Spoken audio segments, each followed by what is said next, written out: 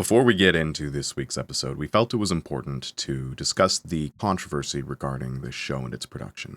Several days after we recorded the first part of this episode, Twitter posts began circulating alleging production issues with this series and hostile working conditions being forced upon the artists who work with Yokohama Animation Studios and Cloud Hearts. These posts from user PatStar1999 allege that Yokohama Animation has had a mass exodus of employees and that they have outsourced the majority of the animation to teams as small as 2 to 4 individuals. These artists are working on minimal information and direction from Yokohama and Cloud Hearts and have to work excessively long hours, in some cases sleeping in their offices, in order to meet the tight deadlines provided by the studio. I reached out to PatStar1999, and they stated that the workload contributed to the initial director of the series falling ill, resulting in them being replaced mid-production. And in most cases, the episodes were not complete until mere hours before they were scheduled to air. In the case of episode 8, which had already been delayed, work was not finished until less than an hour prior to airing. PatStar has been working with sources who wish to maintain their anonymity, but they can vouch for the source's legitimacy. If you would like to stay updated, please check their Twitter account, which is at PatStar_1999. While this episode will primarily be a review of the story of Sasakoi, we would like to make it absolutely clear that we here at Anime Out of Context do not condone the unethical practices and actions that Yokohama Animation and Cloud Hearts are alleged to have taken. We stand with the artists and creatives behind all shows, regardless of our opinions of the show itself. Thank you. Now back to the show.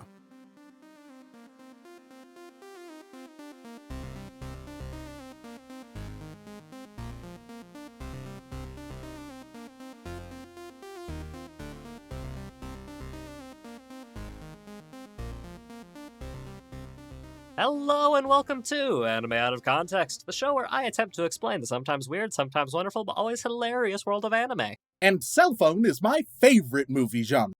I'm Shaun Rollins. I'm Remington Chase. God, people are going to be confused, but that's okay. Good. Look, man, like, the temptation to just pivot into the isekai that is just about a dude with a smartphone, because you said that is so strong. It is so strong. Like, I mean, if it's gay enough.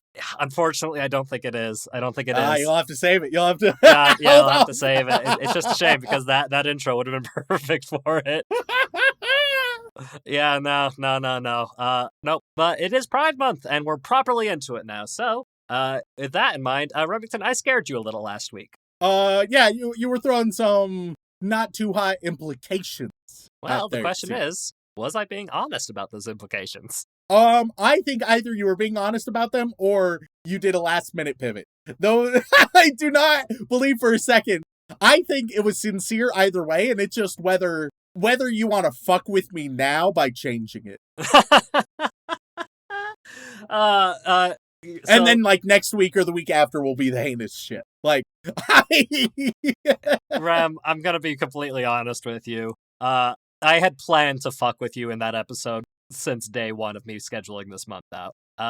Whether or not that is the case, we'll have to see for certain.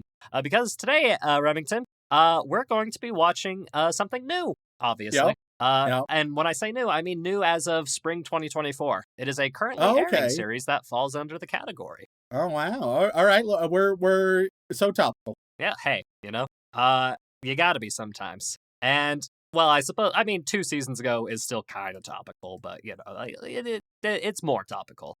Sure. And this season, we've actually gotten, like, a good handful of anime, weirdly kind of in this genre. So I've just picked one of them, and we're just going to go all in on, because it's the easiest one to access. There's, like, one that's actually fully region-locked as well, weirdly. Oh, lovely. Yeah, which is, like, insane, because, like, it looks pretty fucking good, even for CG. But, like, for whatever reason, they just haven't licensed it overseas at all, which has confused a lot of people, because it looks both fun, quirky, and quite gay, which would do so well over here. But nope. Instead, we're going to do one of the ones we actually have access to. And Remington had a little bit of, like, some quote-unquote ambiguous, what the fuck am I trying to say? Ambiguous? Ambiguous, yes. Why did my mouth do that?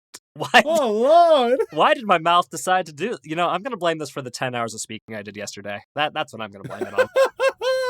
But my 10 hours of speaking aside, we're going to something that is a little more honest about its content. We're going to be talking about a lovely pair of young women who happen to fancy each other and also happen to like music. Okay. That's right, it's the classic queer anime that heavily features music and guitars. We've been here before, Rem, and we've had mixed results. But maybe this one right now is going to be the one that will really. This is just Bocchi 2 lesbian boogaloo. Yeah, well, I would argue that Bocchi, yeah. Bocchi has some strong lesbian vibes. Let's make those undertones overtones. Yes, very much so. And add some more flowers into the air, gotta shoujo it up a little bit, because today, Remington, the anime we're going to be talking about is Sasayaku yo ni koi wo utao, or Whisper Me a Love Song. All right, okay. It is coming across as wildly sincere and heartfelt and in ways that scare me. Because it's so easy to bash on something that's insincere trash where you're just like, oh, okay, come on. But this, when something is sincere, if it ends up being something I don't like, then it's like, ooh. Yeah. And we had a little bit of that last year, accidentally. But now I'm just putting this kind of thing in front of you on purpose. So let's just have a look-see. Because, Remington, it's a new airing show. People are actively still trying to figure out what they want to watch this season. Like, most of them are still watching the big heavy hitters. But this one is a little less watched for, the reasons most shows are less watched, There are other things capturing their attention. And, hey, this is our chance to either draw some attention to it or for you to offend people again. And I can't wait to see what it is. Only one way to find out. All right, so what's it? You got a couple girls. They play music. They love each other. I mean, why am I even here? Let's. I feel like you could have made that assumption without me. Like, really? Like, it's like, oh, if I just was like, oh yeah, Rem, we're watching lesbian anime today. If you can guess the plot, we'll just go straight into it, and you could say that, and you'd be like, yeah, no, fuck, you nailed it, man. I feel like you'd get that on your first or second try. It's really like, all right, how does the relationship start? How does the, I guess, band start, right? And what archetypes do they initially fall into? Those are really the variables at play, and I guess how well written it is an important one. A little bit. Hey, you could argue that is the most important part. But yes, it's about our two main characters, Himari and Yori. Oh, I see. Yeah. Yeah, it's one letter off. It's a little different. But it's about our first main character, Himari Kino.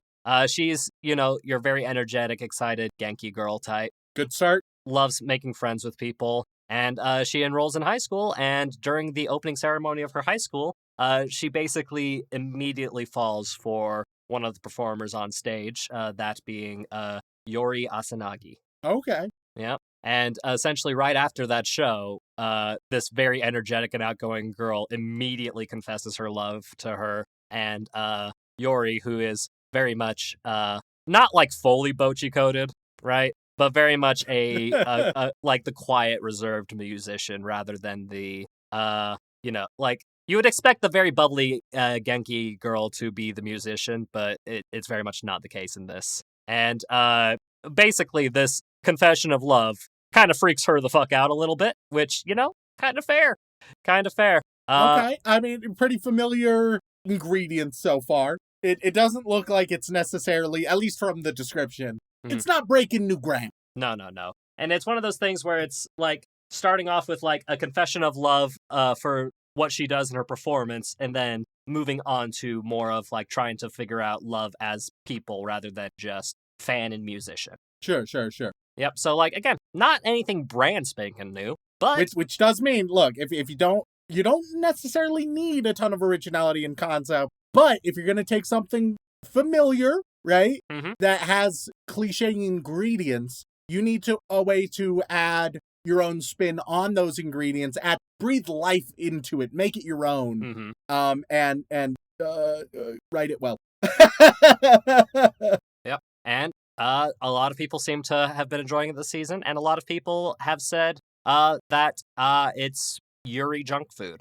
And I think, honestly, Rem, it's going to be up to you to decide whether or not it's one or the other. Oh, well, fingers crossed. Fingers crossed. So I think without further ado, let's just go straight into it. Let's go watch some Whisper Me a Love Song.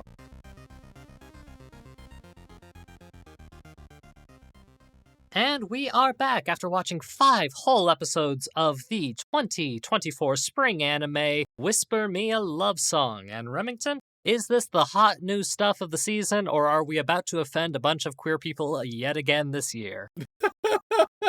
I mean, it's terrifying to place it in such a binary. Well, hey, extremes are what we do here. Well, hey, let's talk about some pros and cons real quick, right? Pros, it has a cat, a very cute cat. Cons, it doesn't have enough of the cat. So... So not worth watching at all. Game over, man. Game over. Pride is ruined because not enough cat. Okay, all right. Some sweeping generalizations here. Let's talk about the anime. Okay. We open up with our protagonist, Hamari, and her best friend has a sister that's in the band.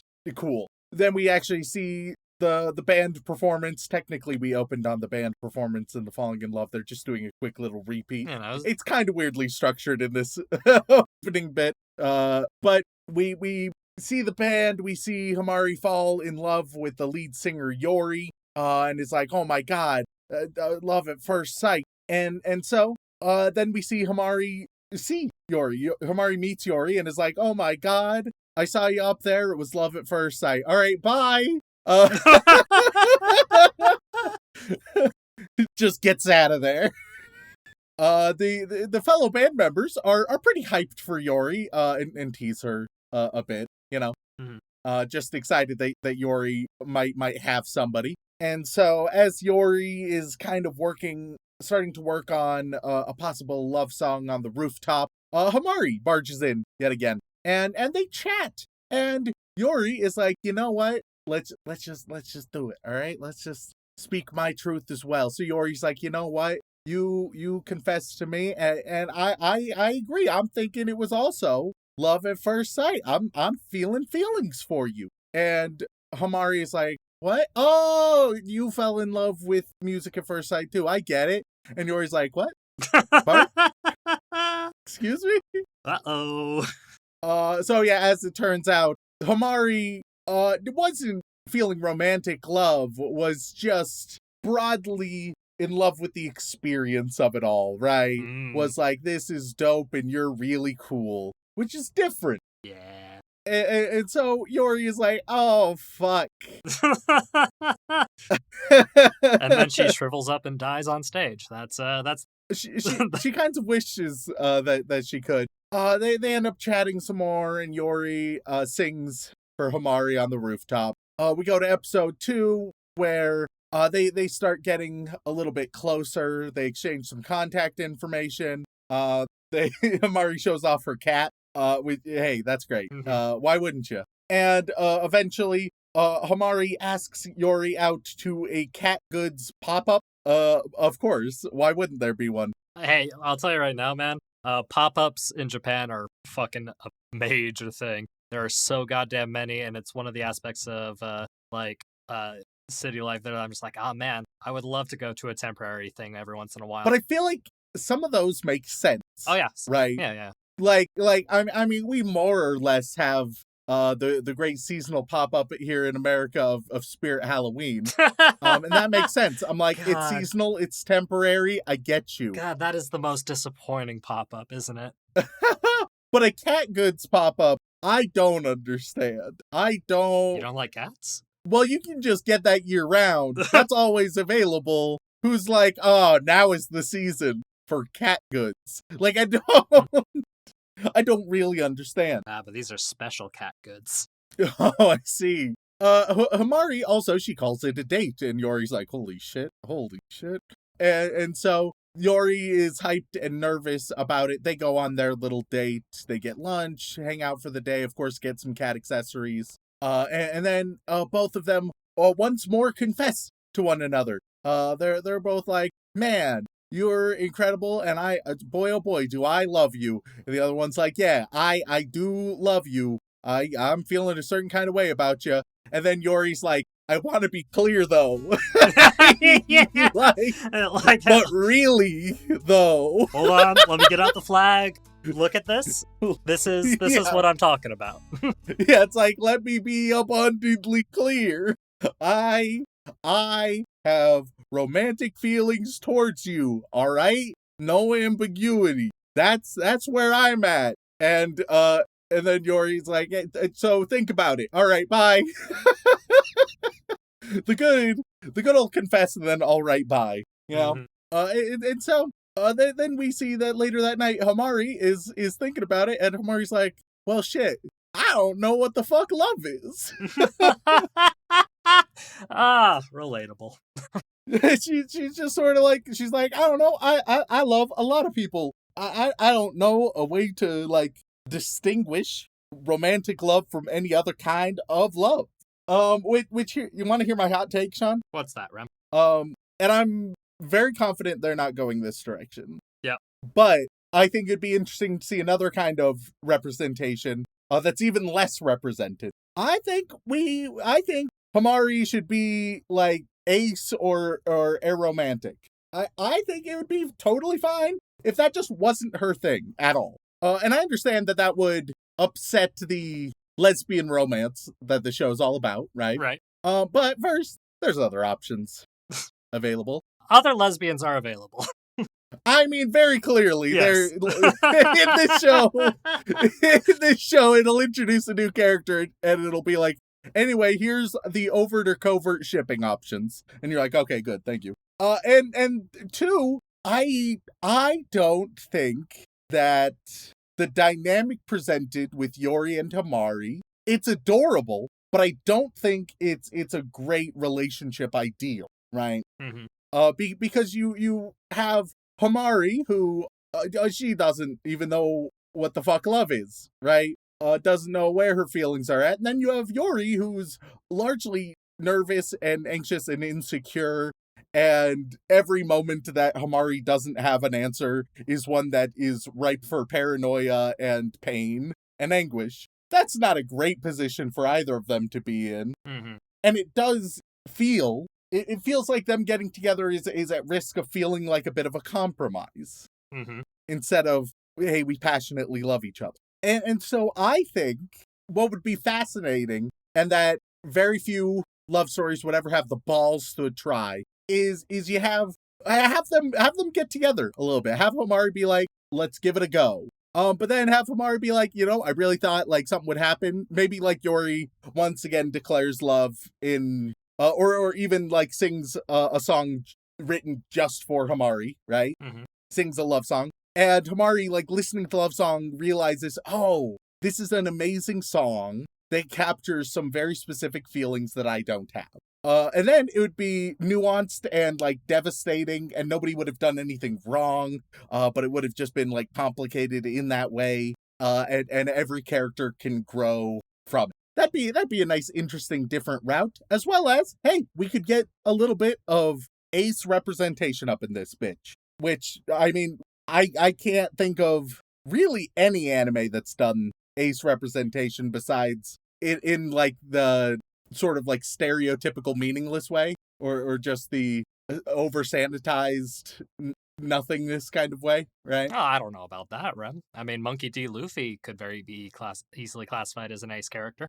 I mean, but that's also just kind of what I'm talking about, where it's like, there's a difference between it kind of feeling like the writers don't care for writing a romance for this character, it's just not one of their goals, right? And a character being deliberately ace. It's kind of like how an extremely horny bard in D&D that happens to be bisexual, like that's not really bi representation, because that's not where it's coming from. Like, sure, I guess kind of, but it's only stemming from the fact that they want to fuck everything and anything, and so I don't know if that really counts. And I mean, I have a lot of ace friends who play overly sexual characters, so that's like, I feel like that's not exactly the whatchamacallit, the end all be all there. Yeah. I don't know. Like, I feel like there are some characters. I would prefer some like thoughtful representation, I suppose. I would. It's just a little hard to have a proper love story that's framed as a love story when one of the main characters isn't is Arrow, which does lend things to be tricky. Like it could be a bait and switch, but I could imagine that kind of bait and switch would not be as handled well by the larger community. You know, No, to fuck the community. fuck the community. This is what Remington wants. I mean, just like, hey. If you're like, hey, well, this would be a cool way to represent some like real complex things, in still an interesting, compelling way, and you're like, but no, it needs to be the basic cookie cutter thing. Fuck off. Hey, I mean, right. Piccolo is ace. If you think about it. I mean, sure, his species reproduces asexually, but you know, if you have to add, if you think about it, if you think or about technically, then I don't think it's good representation when you're like, technically speaking, like that. And I'm not even saying like this has to be the route it goes, and I'm frustrated it doesn't. I just think that would be an interesting one. That also would add to the sort of like human complexity of it all. In a way that we don't tend to see. Especially because as we get into episodes like 3, 4, and 5, right? Mm. We ramp the fuck up on the drama in a weird way, kind of. Mm-hmm. Where it's the first 2 episodes, pure cinnamon bun style Yuri love, right? Mm-hmm. And then episodes 3, 4, and 5 are like, let's complicate it more and more, which is interesting. But all right, what are they going to do with this? And I'm not 100% sure, right? Because it has elements of the melodrama of almost a domestic girlfriend, but toned down.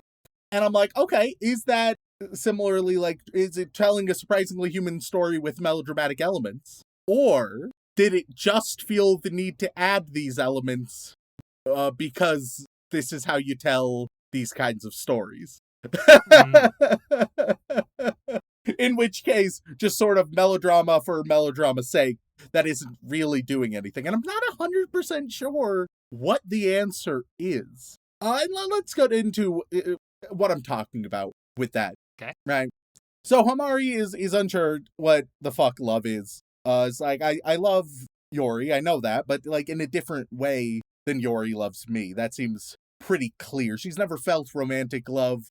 She's a bit confused. She confides to her friend, and her friend's like, hey, there's no right answer for like how you date people and what kind of love thing is. Which, yeah, I support that. That's true. Love comes in all shapes and sizes, both the feeling and the expression of love. And so eventually they're able to chat a little bit, right? They're able to chat, and Hamari's like, hey, I care about you a lot, but it's not romantic, but it's also not romantic. I don't know where the fuck I'm at. And Yori's like, you know what? I'm gonna make you fall for me. All right, that's gonna happen. And she plans to do it through a love song. And that's how she's gonna sell Hamari and really make her fall for her. As we go into episode 4, Yori properly joins the band back again, right? And there's like a new club that's joined, which makes Yori. Hamari joins the cooking club that only has one other girl in it, and Yori is very insecure about that because she's like, oh no, Hamari is gonna fall for her instead, which is a fine character trait, right? To have Yori be cripplingly insecure and worried, but also if it just leads to back to cinnamon bun romance, it's gonna feel a little weird, right?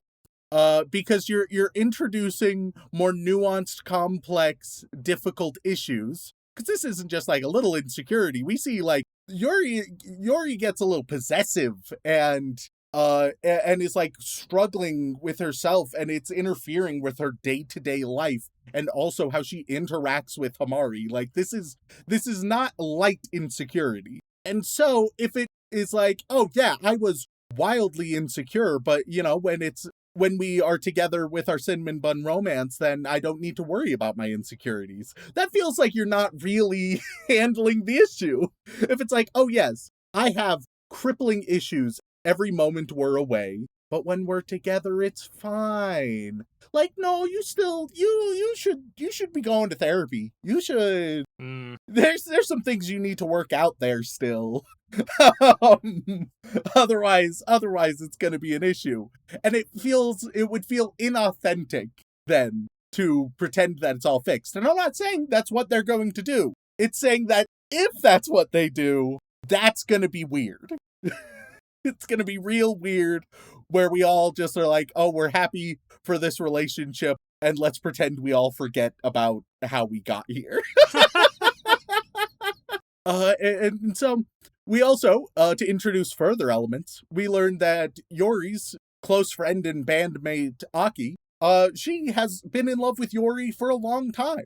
And she has a conversation with Hamari where it's basically, hey, you need to be aware. Right now, you're in this little liminal state of whether you are or not in love with Yori, and that is stressing Yori the fuck out. And it's not going to be great if, after all this time, you end up just rejecting her. And then there's also some weird points where it's like, she should be with me instead. And Aki is like crossing the line with this conversation. Obviously, it's an inappropriate conversation for her to be having with Hamari.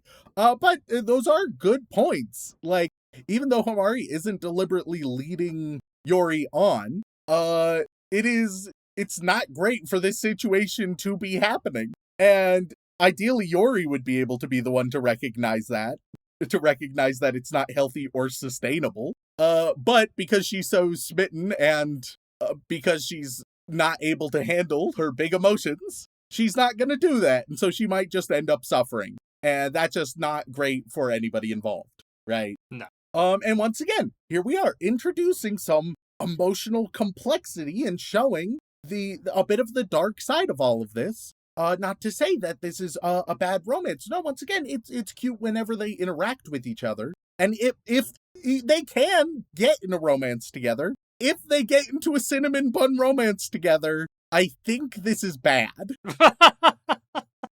Because then it's just kind of like, ooh, look at this complexity, how difficult it is, how human this is, and then it's all fine. And I'm like, no. Like, either this is interesting, nuanced storytelling, or it's melodramatic trash delivered in a wholesome fashion. And I don't know which it is yet. I don't know which one it is. And obviously I'm rooting for one over the other. Mm-hmm. But I genuinely have no clue. Yeah, like, it is a little odd, isn't it? Like, part of the reason And then I gave you 5 episodes for it, you know? Yeah.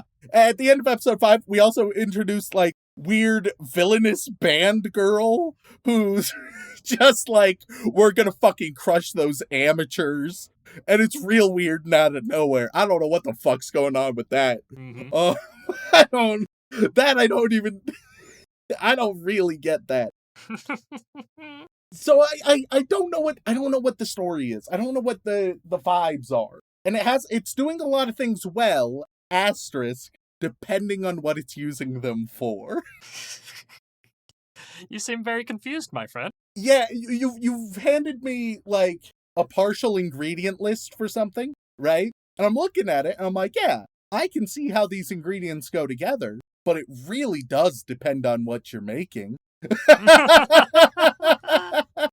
Guys, depending on what you're making, these ingredients may not be the way to get there. It may not be what you actually want. So I like basically everything we've received thus far, right? It is nice and human, and the characters are nice, and they have great bonding moments together. But who knows where it's going?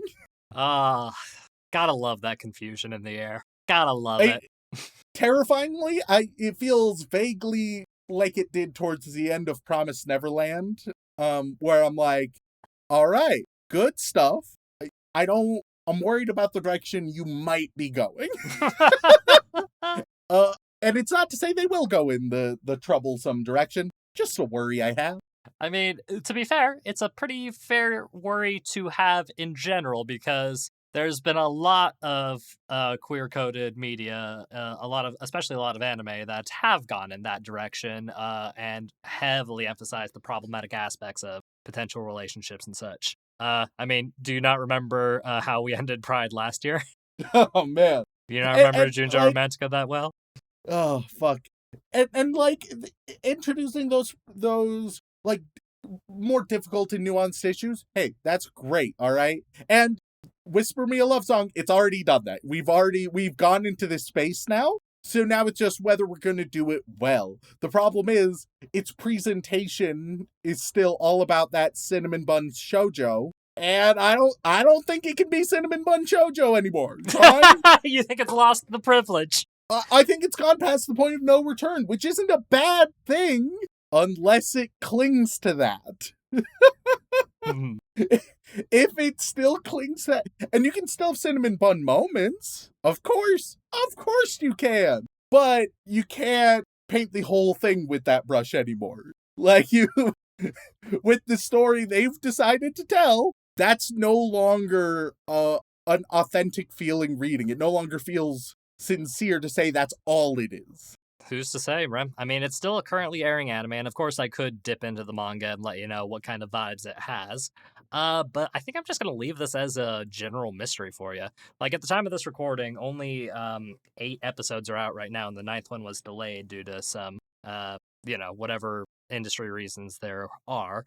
So who knows? It's going to be a 12-episode series, so who knows exactly what direction it's going to go.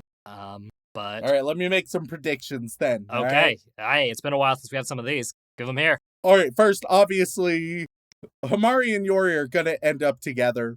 Whether they stay together, probably, but I think at least it's more compelling if they get together and then don't stay together amicably. I'm not that Yeah. there shouldn't be any Yeah, I mean, any like fucked up shit. It should just be them like both realizing that them getting together is largely a state of immaturity and lack of understanding themselves and the other. mhm.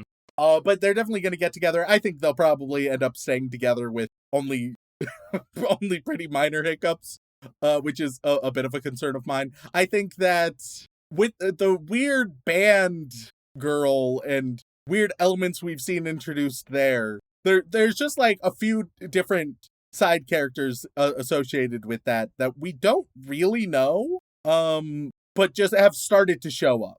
Mhm. I think, let's see, they have this weird vendetta against the main girl band we've seen, and so I think that there's going to be shared trauma or something. Mhm. Besties or lovers that went wrong. We'll say, let's see. I don't think it would make sense with Yori, especially if it goes the romance spurned lover type route, Uh-huh. because Yori has never been in love. Then we have Aki, and then we have the other two.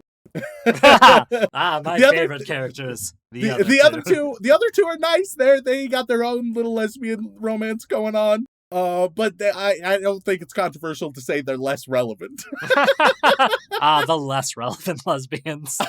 I don't think that's a hot take. If anything, I like that there's less relevant lesbians, all right? So that way you have like forefront representation, but also background representation. Hey, I'm all for great background representation. And so I suppose it'll either be Aki or Rich Girl who has a shared backstory with one of the new edgy villainous fucks. And maybe they tried to do music together, maybe they were in love or something, it didn't work out, oh no.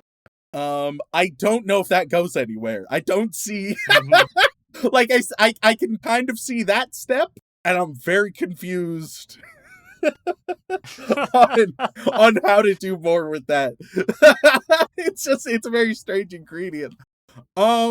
You've got all the ingredients for just about any Yuri story out there in this setting, but you're just not quite sure how they come together. Yeah, I don't know. I guess maybe that helps Aki get over her crush on Yori? I don't know how, but I also don't know how to resolve the Aki-Yori thing, besides, like, hey, if they want to, maybe just having, at one point, maybe even when Yori and Tamari like get together properly, have Aki properly confess her feelings to Yori, and more or less in a somewhat kinder way, but in a way that still feels kind of brutal, being like, "Hey, leave Hamari for me." And having Yori just shut her the fuck down. Like maybe you do that. I don't know. It's a weird one. They have so. Like, I feel confident about my prediction with the main girls. Everything It's else, all- though. Everything else, I don't know what they do with it. I don't know what their plan is. I don't know what's... And that just all comes back to, I'm struggling to figure out the story they want to tell. And the kind of story they want to tell. Well, hey, maybe folks, once the anime is fully finished, or people who are invested in the proper manga, will reach out to us and let us know what they think about your predictions and how you think the story is going to go, and whether or not your predictions are accurate, or whether or not what you have discussed would be overall a better situation and a better story, or if they're going to rightfully defend every cinnamon bun moment that happens, even if you think they've lost the privilege. Well, no, hey, they can have cinnamon bun moments. They can have those moments. Yeah. They just can't be that show. Because if they pretend to be that show, then they're the person being like, oh my god, I hate drama. I'm just here for the good vibes. And then they're the most drama-filled bitch around, right? Like, you can't... Oh my god, drama is the worst. But anyway, tell me exactly what happened. yeah, genuinely. And like that's what it's gonna be like. Where it's like, hey, we're just a wholesome cinnamon bun show. But also, have you seen what this bitch just pulled? Like, what are you doing? And I'm not saying that it's going that route, but I don't know. It does not seem to be eager to shirk its cinnamon bun identity. Look, man, people like their cinnamon bun lesbians. And I understand that. But this show has decided to not be that show. Maybe it continues pretending it is, but it has already made narrative decisions indicating it is no longer in that category. Mm. I can enjoy a nice, wholesome cinnamon bun love story. This started as that, it is no longer that. Well, I can't wait for people to listen to this episode and tell us what they think of the show, as well as whether or not you are correct or wrong in your assumptions. But Remington, out of curiosity, it's a news show, so this might be a little tricky. What do you think the mouse score for "Whisper Me a Love Song" is? I mean, it's got to be high, right? Because yeah, just like good characters, lesbian romance, and I have to imagine most people aren't picking up on the strange decisions in the way I am. Yeah, you do have an eclectic perspective, my friend. But I back it up. You do. 8.07. That your final guess? Yeah. Okay. Well, currently, Whisper Me a Love Song, or Sasayaku yo ni koi wa utao, is only has about 8.2 thousand ratings, right? Yeah. Had a little bit of I don't know. There's something weird about saying 8.2 thousand. I was okay. Like, 8,200. Does that make you feel better? That's more acceptable. 8,200. That's also reasonable. Yeah. Well, hey, I feel like there's just something about the lead up to that didn't work for me. Okay. Well, I'm sorry, Rem. I'm sorry that I made you uncomfortable with my strange math nomenclature. All right. You know, my numerical nomenclature isn't the best. I understand. I know you're more of a math guy than I am, but you don't have to criticize me that badly. But fine. 8,200 ratings. Whisper Me a Love Song is sitting nice and pretty at 7.37. Oh, fuck. Yeah, there are a lot of... There's something going on. So there's something rotten in Denmark, all right? There's something... So, I will all right. Either something went wrong with the adaptation, something went wrong with the episodes I have not seen yet, or something has gone wrong behind the scenes. But something is up. Yeah. I can tell you what I think is the most unfair criticism people have of the show. People are saying it is a discount version of Bloom Into You. is what they're describing it as. Like most of like the negative reviews I've seen have been like, this is just Bloom Into You but different, and I'm like, but that's fine because Bloom Into You is pretty fucking good. So why can't Yeah, like it's not too concerned about that. yeah, that seems to be the majority of like the straight up negative reviews, and a lot of those negative reviews are kind of bringing it down, and a lot of people, for the most part, that I've seen that have given it a rating, like also giving it a rating preemptively to the season finishing can be a bit weird in my opinion sometimes. But generally speaking, a lot of the people that are actually vocal about their ratings are more like, yeah, you know what, it's pretty solid. Not the best thing ever, but pretty solid. Like, it's a lot more heavy in the middle of the bell curve than a lot of other anime are, just with like a weird. I feel like there's still there has to be something else. Well, there could be, but we only got a chance to watch 5 episodes, so it's hard to say. It's hard to say. Like I said, I'm curious to think what other people think of this show, because at the time of this recording, I only watched 7 episodes of it to prepare for the episode, so I'm very much in the camp of, you know what, this is an all right little show, with a little bit of a weird energy here and there, but it's not gonna like absolutely devastate the world or anything. And the people who are saying it's watered down Bloom Into You just need to understand that it's okay for things to be similar sometimes. It's okay for things to be like, this reminds me of this other thing I really like, but it's not that other thing I like, so automatically it's bad. The people making those reviews need to stop. they need to be okay with things being similar. Yeah. But hey, if there's a stank on this show, folks should come and let us know. Yeah. Yeah. Yeah, because I mean, Remington, you were very off, and you were very thrown back by how off you were. Well, yeah. So something is going on here. Something is awry. Well, I think I might have found out why the anime was delayed. Oh yeah. Yep. Which is unfortunate. We have very unfortunate timing. Turns out the anime was delayed due to some very concerning production reports, as in the studio not treating their animators and staff very well. I see. So, maybe there's some reviews in there that are a little bit of, hey, treat your animators better. In which case, 100%, yes, please, take care of your animators. They're what make the good stuff. Yeah. So that could also have something to do with it. I picked a really unfortunate time to review this one, I suppose. Oh well.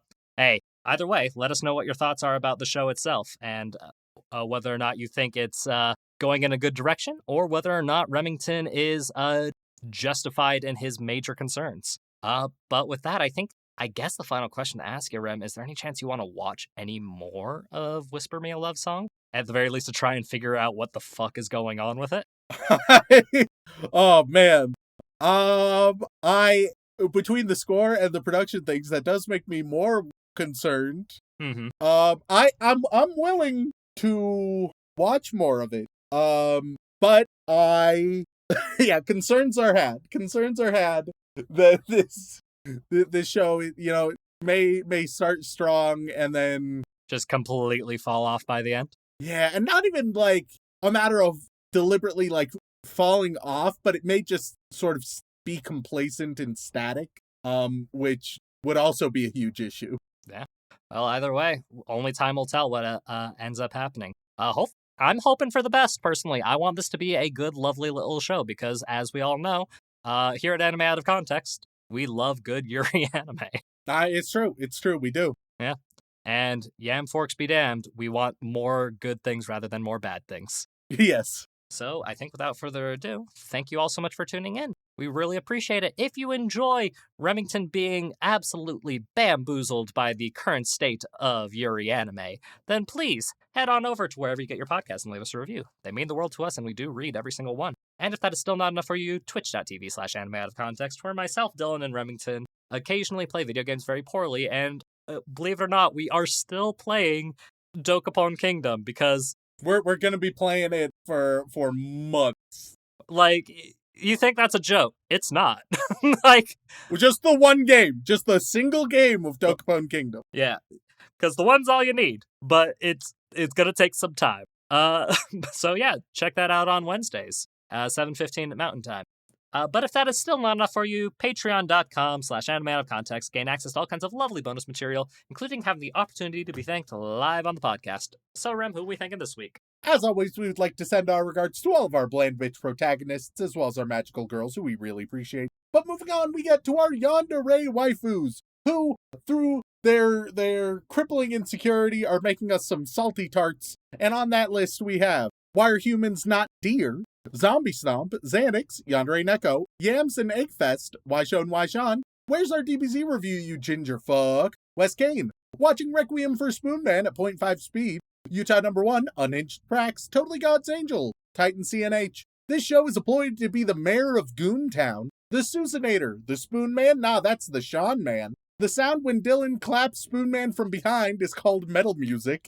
The pocket big hole you need in your pocket. The Flying Spaghetti Monster. The Danish Viking will conquer the world with Renoir Zorro as my navigator. The Capybaras listening to the 24 hours of Gojo breathing ASMR on 2.5 times speed. Turbid. Super Zoo. Stacy's mom. Spoon Man, Fighter of the Knife Man, Snaky Pie. Shaun wants to give Spoon Man a thank you. Shaun, we must drop kick some devils. Shaun ruined my happy sugar life when he made my tummy so big and round it hurt so bad. Please let me see a doctor. I can't take it. Shaun had a lass that could go all night, but he got out of breath when he had to blow her up. Shaun can do these nuts. Sarah from the Shark plushie. Sequoia Kai, that's what she said. Say hi to that guy's fiance. I think it's Haley. Sammy K has the post-con blues, and Amazement 2024 was awesome. Can't wait for next year. Ross Palmer. Right now I'm falsifying business records to hide my affair with the Spoon Man so I can get elected as voice of the people. Rhiannon Williams. Rem Supernatural Hate Manifesto. Remington needs to rewatch Attack on Titan 0.75 speed to pay for his sins. Remington is right. Rem uses the drums of liberation for y'all weeps from bad anime. Rem hit rock bottom is still on top of Shaun. Rem doesn't completely hate my favorite shows. Reject modernity, embrace tradition, goons are henchmen, not porn addicts. Pro tips out of context, the next time someone tells you the government wouldn't do that, oh yes they would, they already have. Professor Fox, Paco Musico, Onichi 10 out of 10 family show, No Waifu No Lifu, Necrodancer 1415, musical episode guy here with Spoon Man to say thanks for the second musical episode, Mikasa Tsukasa, Mikeika 7 Hierto, making fake mail account so I can rate Forest Fairy 5 10 out of 10, Macaroni U Cheese Ha, Link Jokerol, Kylo, King Rich Rock, Cassidy, Jergidius, Jax, Jam Hands, Icon Scout. I'll date someone as long as they're not a normal human. I don't care if they're a boy or a girl. I will never get more Ace of the Diamond, now I cry. I tried manscaping with a straight edge razor. I've devoted myself to the oboe after watching Liz and the Bluebird, says Misaka, as she makes a squawking racket. I had to change my Patreon name for a podcast about dinosaurs, sorry. I can't believe I made an account for this. Glenn Michael Dolan, Ginger Weep, Fern the guy who did the thing that one time, Farmer Weep's double feature of the week, Sophie's Choice and the Do-Over, Fantide, Erica McCorkle, Dylan, I have nothing for this week, have a nice day with Spoon Man and Shaun's Big Hole, Dwayne The Rock Johnson in a fursuit, Derpixian Worshipper, Danielle Riot, Daddy Rem Tell Me a Bedtime Story, Daddy Dylan's New Landlord, Cheese Monkey, Celestial Fox, Cat Girls are best girls who give them cute little paws, Brock Cartridge You Dudes, Don't Wait, Get Gay Today, Blake Star, Bert Bartholomew Flem, Beast, Sweet Potatoes, Yams, Kohirabi Taro. Been a while since I've changed my name on here, but I got a third 4.0, can't believe it. I'm also changing my major from funeral. Batman couldn't hate fuck that information out of me. Are we all in our cum era? And every day that Raven comes to visit. Amazing Muffin, All Hail Pui Pui Philosopher King, AJ Tunnels, Aisha Gachi, Amoe Piece of Trash, and Dot. Now we move on to the Boy Wizard tier. Shaun, what are they going to get this week? Oh, man. So it's Pride Month, and this show has a lot of bands and music stuff in it. So the closest thing I have to, a comprehensive list of lesbian musicians and their fans, I've got the 100 greatest music duos of all time. So everyone's going to get a random music duo. Perfect. Look, I was struggling for this one. Vincent Calabrese. Simon and Garfunkel. That Mouse Girl. The Everly Brothers. Truly, we're starting off with some lesbian icon. Look, man, that's why it's musical duos and not. and let me be clear. Let me be clear. It feels like there's some energy between Simon and Garfunkel. I feel like they've got at least a little bit of lesbian energy. Hey, lesbians, tell us if that's Tails Williams faces solitude in the lab. Marvin Gaye and Tammy Terrell. Hey, the surname fits. Yeah. I mean, Sporadic Silver. Ike and Tina Turner. Silent Secondary. Outcast with a K. Shaun loved being episode cucked by Rare Kumiko. Hall and Oates. Scourge, best $20 spent, LMAO. Garfunkel and Oates. See, that one makes the most sense out of any that you've listed so far. Hey, Rem, I agree. Roscoe. Steely Dan. Remington Chase's laugh is my favorite sound. Let's see. The Carpenters. Rare Kumiko. Mickey and Sylvia. Please show Rem the new train anime from this season, Rare Kumiko. Let's see. The White Stripes. Nightshade Blade wants to gush over magical girls. Oxette. Nete Rabervarin Shaun Malin Baden-Württemberg. Let's see. Mob Deep. Monogatari is a fun story about chasing down the apparitions with a bit of romance and sometimes can get horrifically fucked. Eurythmics, which also I feel like makes some sense. Mike. Jesse and Marvin. Miguel Deleon. Brooke Benton and Dinah Washington. Latino's 429th anime at 21 was Initial D, First Stage. Running in the 90s, It's a New Way I Like to Be, Shaun R, 2010. Don't know how to process that one. Bob and Earl. It's just that spy guy. Air Supply. If I write a short fanfiction with Shaun and Margaret Thatcher, will you read it on a pre-banter? Loggins and Messina. I, Rare Kumiko, will continue to support the show with multiple accounts. Tears for Fears. I ran out of funny quips, so I'll just make you say cunt weekly. T-Rex. Gundam when? Santo and Johnny. Go to www.gad.moe. You will love it, says Rare Kumiko. DJ Jazzy Jeff and the French Prince. Drew asks, Tupwipli or not Tupwipli? BB and CC Winans? Winans. Pretty sure it's Winans. Decade 1 of all father-breaking Patreon accounts still Shaun shows Remington Dragon Pilot. Inez and Charlie Fox. Crosskirk. Seals and Crofts. Crimson Reapers just because of the scythes. The Blues Brothers. Carver 271. Brother Creed. Blood Cell here to remind you that white blood cells are inferior. You need the red ones to thank and yank anyways. Page and Plant. Beethoven 1201. Maurice and Mac. Anonymous. Billy and Lily. Anime mashup of the week. Is it wrong to pick up girls in prison? Oh. that caught me off guard a little bit. Wham. Animated Z. Don and Juan. Now we move on to the inappropriate Joey Wheeler tier, where to honor this kind of cinnamon bun romance anime, Shaun will give you a baked good to describe your life. But I'll introduce a weird secret ingredient that complicates things a little bit. Oh, that's funny. I like that. We start with Rowdy-O. You know, I feel like you're a baklava. Baklava. And you know, there's a lot of mint. There's a lot of mint in this baklava. That's one minty baklava. It's very minty. Next, we got life is sexually transmitted disease and the mortality rate is 100%. Let's go with a McDonald's apple pie.